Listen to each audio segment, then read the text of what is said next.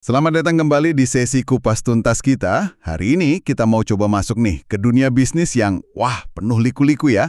Tempat di mana taruhannya itu seringkali tinggi banget dan garis batas etika antara benar salah itu bisa jadi tipis abu-abu gitu. Fokus kita kali ini adalah gimana komunikasi yang mestinya jadi elemen penting, malah bisa jadi bumerang fatal di perusahaan-perusahaan besar. Kita lihat gimana informasi, entah yang disembunyikan atau salah diartiin, bisa bawa akibat besar. Betul, betul. Komunikasi itu pedang bermata dua ya memang. Nah, sumber kita kali ini menarik banget. Buku klasik Business Adventures, karya John Brooks. Ini bukan buku bisnis biasa loh. Bill Gates saja bilang ini buku bisnis terbaik yang pernah dia baca. Wow. Warren Buffett juga suka banget sampai ngirimin buku ini ke Gates. Kita bakal bedah 3 kasus dari buku ini. Ada skandal harga di General Electric, GE, yang komunikasinya aneh banget. Iya, yang itu terkenal ya. Terus ada kasus insider trading di Texas Gulf Sulfur. Wah, ini menegangkan. Dan satu lagi, dilema etis seorang insinyur pintar yang ilmunya jadi rebutan. Yang menarik dari cerita-cerita ini bukan cuma skandalnya aja sih ya, tapi gimana kasus-kasus ini nunjukin pola perilaku manusia kalau udah dibawa tekanan korporasi gitu. Gimana tuh maksudnya? Ya, kita bakal lihat gimana informasi itu ngalir atau malah macet di dalam hierarki perusahaan, gimana ambiguitas, ketidakjelasan itu bisa jadi senjata buat sebagian orang, tapi jadi bencana buat yang lain. Oke. Dan ya itu tadi, pertanyaan klasik. Siapa tahu apa, kapan dia tahu, dan apa yang dia lakuin dengan info itu. Atau malah nggak ngapa-ngapain. Oke. Mari kita bongkar ini ya. Kita mulai dari kasus pertama nih. Kasus yang bikin beberapa eksekutif top Amerika pada masanya harus masuk penjara. Iya, kasus GE ya. Ini ironis banget sih. Coba Anda bayangin gini. General Electric, GE, perusahaan raksasa, ikon industri Amerika. Mereka punya kebijakan tertulis yang jelas banget. Namanya Directive 20.5. Isinya, keras, melarang karyawan kung-kali-kung sama pesaing buat atur harga. Jelas banget kan? Sangat jelas. Hitam di atas putih. Tapi, apa yang kejadian di awal 1960-an? Puluhan eksekutif mereka, orang-orang penting, bergaji tinggi, malah dihukum karena secara sistematis ngelakuin persis apa yang dilarang itu. Bersekongkol atur harga secara ilegal. Gimana ceritanya aturan sejelas itu bisa dilanggar rame-rame gitu? Nah, ini dia. Ini contoh ekstrim ya, dari apa yang terjadi kalau komunikasi internal perusahaan itu rusak parah. Di satu sisi ada perintah tertulis, formal, sah, malah bertentangan. Ada omongan lisan yang ambigu. Ada sinyal-sinyal nggak langsung dari atasan. Sinyal-sinyal gimana tuh? Ya, dan juga yang penting nih, ada persepsi soal budaya kerja. Budaya yang kayaknya sih bukan cuma ngebolehin, tapi mungkin secara nggak langsung malah nyuruh ngelanggar hukum demi target penjualan, atau apa yang mereka sebut stabilitas harga. Jadi kayak ada, skizofrenia komunikasi gitu di dalam GE. Wah, skizofrenia komunikasi. Istilah bagus tuh. Terus ada kesaksian yang, bikin kaget banget dari salah satu eksekutif yang kena hukum, Robert Ginn. Dia ngaku di pengadilan, dia sengaja ngabaikan perintah langsung bosnya, Ralph Paxton. Ini presiden perusahaan loh. Presidennya langsung ya? Iya. Kata Ginn, si Paxton ini dengan tanpa kedipan mata nyuruh patuh hukum, ikutin Directive 20.5. Tapi Ginn nggak nurut. Kenapa? Karena katanya nih, ada 2 bos lain di bawah Paxton, namanya Urban dan Fairman, yang jauh lebih meyakinkan. Lebih meyakinkan gimana? Lebih pinter ngomongnya pas ngasih sinyal buat ngelanggar hukum. Ginn bahkan muji si Fairman. Katanya, komunikator hebat, filsuf hebat, dan sangat percaya stabilitas harga. Terus Ginn ngomong kalimat yang jadi terkenal banget. Orang yang dukung iblis itu lebih pinter jual idenya daripada filsuf yang jual Tuhan. Ngeri nggak sih? Itu dalam banget sih pernyataannya. Seolah-olah bujukan informal ngalahin perintah formal gitu ya. Persis. Kesaksian Ginn ini nunjukin ada konsep menarik soal tingkatan komunikasi di organisasi. Perintah mana sih yang dianggap lebih real sama bawahan? Yang tertulis formal atau yang lisan tapi penuh keyakinan? Mungkin ada tekanan tersiratnya juga. Bener juga. Terus ada lagi nih eksekutif lain, Frank Stehlik. Dia punya cerita lain lagi. Dia ngomongin soal gimana dia ngadepin ambiguitas ini dengan ngukur apa yang dia sebut dampak atau impacts. Dampak? Maksudnya gimana tuh dampak? Jadi dia coba nerjemahin kejutan atau signifikansi dari tindakan atau omongan atasannya buat nebak arah kebijakan sebenarnya perusahaan itu gimana sih di balik layar. Oh, kayak detektif gitu ya? Ada contohnya nggak? Ada. Stehlik cerita suatu waktu bosnya, George Burns, tiba-tiba disuruh atasannya lagi buat makan siang sama presiden perusahaan pesaing utama, Max Scott dari ITE. Nah, buat Stehlik, perintah yang kelihatannya biasa aja ini, itu ngasih dia dampak berat. Dampak berat? Iya, kayak sinyal kuat gitu. Dia nerjemahinnya gini, wah kalau GE level atas saja nyuruh eksekutifnya ketemu pesaing, berarti mereka nggak serius soal aturan anti kolusi ini. Masuk akal juga logikanya. Jadi dia ngebaca tindakan itu sebagai, ya lampu hijau nggak langsung buat lanjutin praktek ilegal. Ini nunjukin gimana orang di bawah coba nerjemahin sinyal-sinyal abu-abu dari atas. Wow, jadi kayak main tebak-tebakan kode ya? Tapi ini makin rumit lagi. Ada kasus di mana bawahan, namanya Raymond Smith. Dia ngaku udah coba ngasih tahu bos besarnya, Arthur Vincent, ini anggota komite eksekutif tertinggi loh, kalau dia tuh sering ketemu pesaing bahas harga. Dia lapor ke Vincent. Smith ngerasa udah ngelapor. Tapi apa kata Vincent di pengadilan? Dia ngotot pesan itu nggak pernah nyampe. Dia ngaku nggak ngerti, nggak nangkep maksud si Smith ini apa. Sampai senator Kefauver yang mimpin sidang kongres nyeletuk sinis ke Vincent. Anda nggak mungkin jadi VP gaji $200.000 kalau senaif itu. Terus jawaban Vincent apa? Jawabannya ini yang bikin geleng-geleng. Dia jawab, justru saya bisa sampai posisi ini karena saya naif di area ini. Luar biasa. Susah dipercaya ya. Ini langsung muncul pertanyaan penting. Ini beneran gagal komunikasi murni karena nggak jelas atau nggak paham? Atau ini jangan-jangan sebuah sistem yang sengaja nggak sengaja dirancang biar ada plausible deniability? Plausible deniability maksudnya? Kemungkinan buat menyangkal secara masuk akal. Jadi pesan-pesan ambigu, pertemuan nggak jelas, itu bikin atasan secara teknis bisa bilang nggak tahu soal praktik ilegal di bawahnya. Oh. Sementara bawahannya ngerasa nangkep sinyal buat ngelakuin apa yang sebenarnya diinginkan demi hasil bisnis. Dan akibatnya jelas ya, pas skandalnya kebongkar, yang kena paling parah ya bawahan sama manajer tengah kayak Ginn dan Stehlik itu, mereka yang masuk penjara. Betul. Sementara beberapa petinggi kayak Vincent, ya reputasinya rusak sih, tapi lolos dari hukum dengan alasan nggak tahu atau naif itu. Mereka bahkan sampai pakai nama kode buat perusahaan masing-masing pas komunikasi, ketemuannya di motel, pakai telepon umum. Ada satu skema bagi-bagi tender ilegal namanya unik, formula Face of the Moon. Face of the Moon ya? Iya, jatah menang tender digilir antar pesaing tiap 2 minggu, kayak siklus bulan. Gila juga ya niatnya. Jadi, pelajaran penting dari kasus GE ini apa? Di organisasi besar, komunikasi informal, persepsi soal harapan atasan, budaya kerja yang abu-abu, itu bisa gampang banget ngalahin aturan formal. Ambiguitas bisa jadi tameng buat atasan, tapi malah jadi jerat buat bawahan. Benar banget. Sinyal tersirat bisa lebih kuat dari perintah jelas. Ini pelajaran berharga nih. Buat Anda yang kerja di organisasi besar, seberapa yakin sih Anda paham pesan tertulis atau tersirat dari atasan? Gimana Anda ngadepin ambiguitas itu? Nah, dari komunikasi internal GE, kita geser ke penyalahgunaan info jenis lain, info eksternal yang harusnya rahasia, kasus insider trading legendaris, Texas Gulf Sulfur. Ya, TGS. Ini kasus penting banget dalam sejarah hukum pasar modal. Kita ngomongin insider trading ya, perdagangan orang dalam.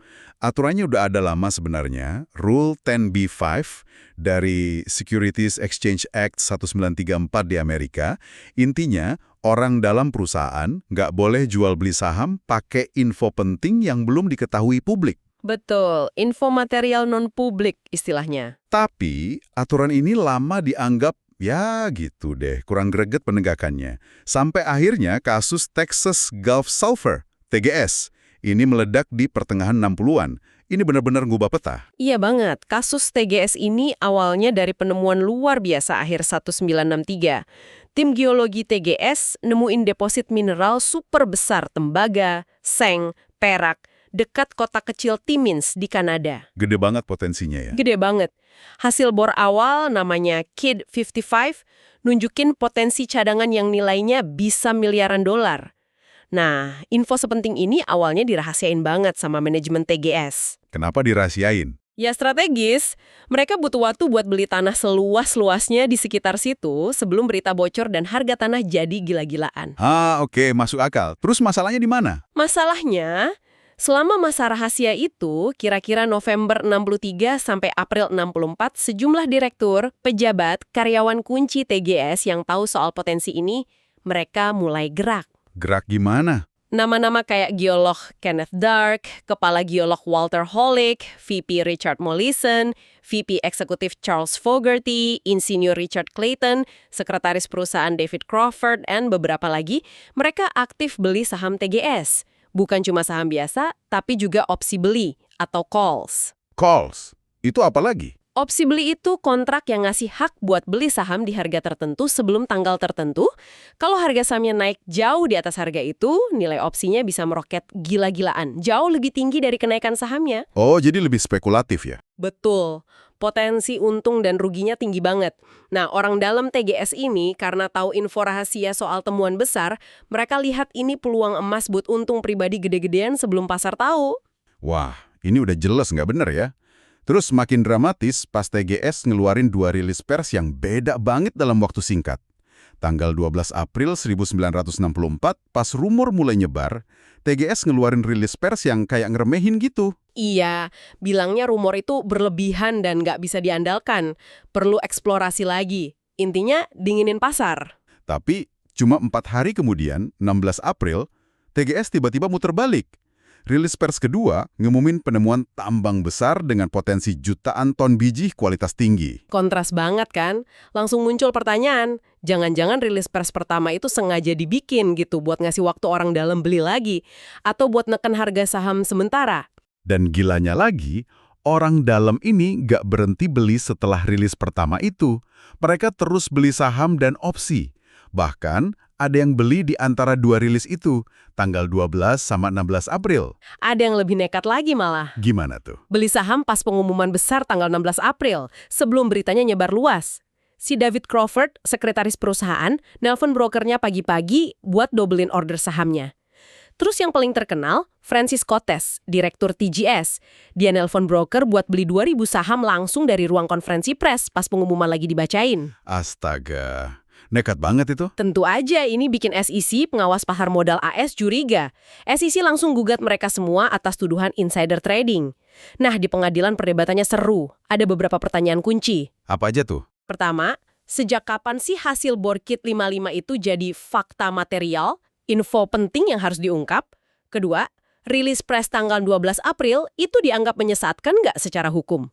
Ketiga, apa benar orang dalam ini nggak adil manfaatin info rahasia? Terus mereka bela dirinya gimana?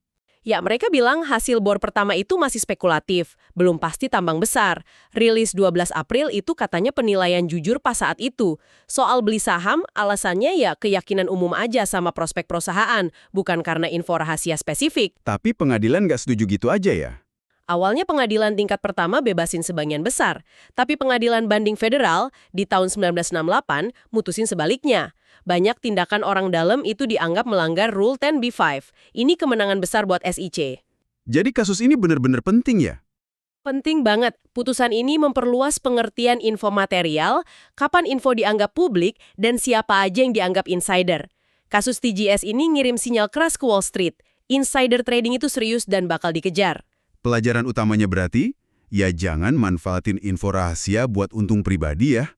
Harus ada pengungkapan yang adil ke pasar. Betul, ini soal keseimbangan antara rahasia strategis perusahaan sama transparansi pasar buat lindungi investor publik. Ini benar-benar ngubah aturan main ya.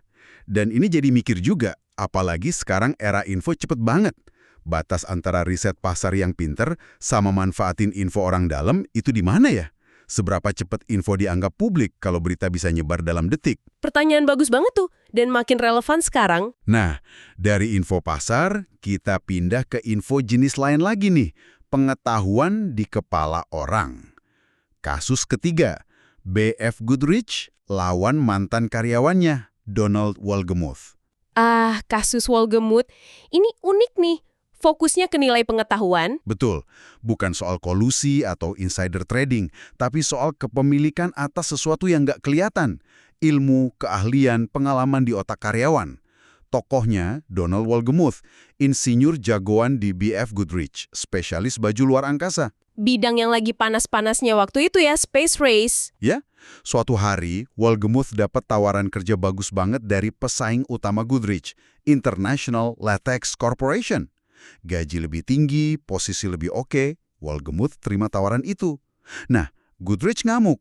Kenapa mereka marah besar? Karena Goodrich ngerasa ilmu si Wolgemuth soal desain, material, proses bikin baju astronot itu hasil riset mahal bertahun-tahun di Goodrich. Itu rahasia dagang mereka, trade secrets. Mereka takut banget Wolgemuth bawa rahasia dapur itu ke latex, sengaja atau nggak sengaja. Khawatir pesaing dapat keuntungan ya? Banget. Situasi makin panas pas Wolgemuth ngobrol perpisahan sama koleganya Wayne Galloway. Mungkin kebawa emosi, Wolgemuth nyeletuk kalimat yang jadi bumerang. Loyalitas dan etika ada harganya, katanya. Dan International Latex udah bayar. Waduh, itu sih cari perkara namanya. Dengar laporan soal omongan ini, plus kekhawatiran soal rahasia dagang, Goodrich langsung gugat Wolgemuth, minta dua hal ke pengadilan. Pertama, larang Wolgemuth kerja di divisi baju luar angkasa latex. Kedua, larang Wolgemuth bocorin rahasia dagang Goodrich. Wah, ini dilema klasik ya buat pengadilan. Di satu sisi, hak perusahaan lindungi kekayaan intelektualnya. Di sisi lain, hak orang buat pindah kerja pakai keahliannya. Benar. Ilmu di kepala karyawan itu punya siapa sih sebenarnya? Nah, Hakim Frank Harvey yang nangani kasus ini pinter. Dia coba cari jalan tengah. Pertama, dia tolak permintaan Goodrich buat larang Wolgemuth kerja di latex. Alasannya, nggak ada bukti Wolgemuth niat jahat mau nyuri rahasia. Tapi hakimnya curiga sama latex ya? Iya, hakimnya bilang gitu. Dia curiga latex memang ngincer ilmunya Wolgemuth. Tapi karena nggak ada bukti niat jahat dari Wolgemuthnya, dia boleh kerja. Terus soal rahasia dagang gimana? Nah, meskipun boleh kerja, Hakim Harvey tetap mengeluarin perintah yang larang Wolgemuth ngungkapin atau pakai rahasia dagang spesifik milik Goodrich di kerjaan barunya. Jadi ada batasannya. Keputusan ini dikuatin pengadilan banding. Kasus ini sering dikaitin sama doktrin satu gigitan gratis ya. Maksudnya apa tuh? Maksudnya, pengadilan biasanya nggak mau larang orang pindah kerja cuma karena takut rahasia bakal bocor. Kecuali ada bukti kuat, kayak nyuri dokumen, atau ada perjanjian kerahasiaan yang jelas dilanggar, atau niat jahatnya kelihatan banget. Kasus Wolgemuth ini nunjukin area ini abu-abu banget. Apalagi kalau soal ilmu di kepala. Susah ngatur nyataan pengelanggar hak orang buat kerja.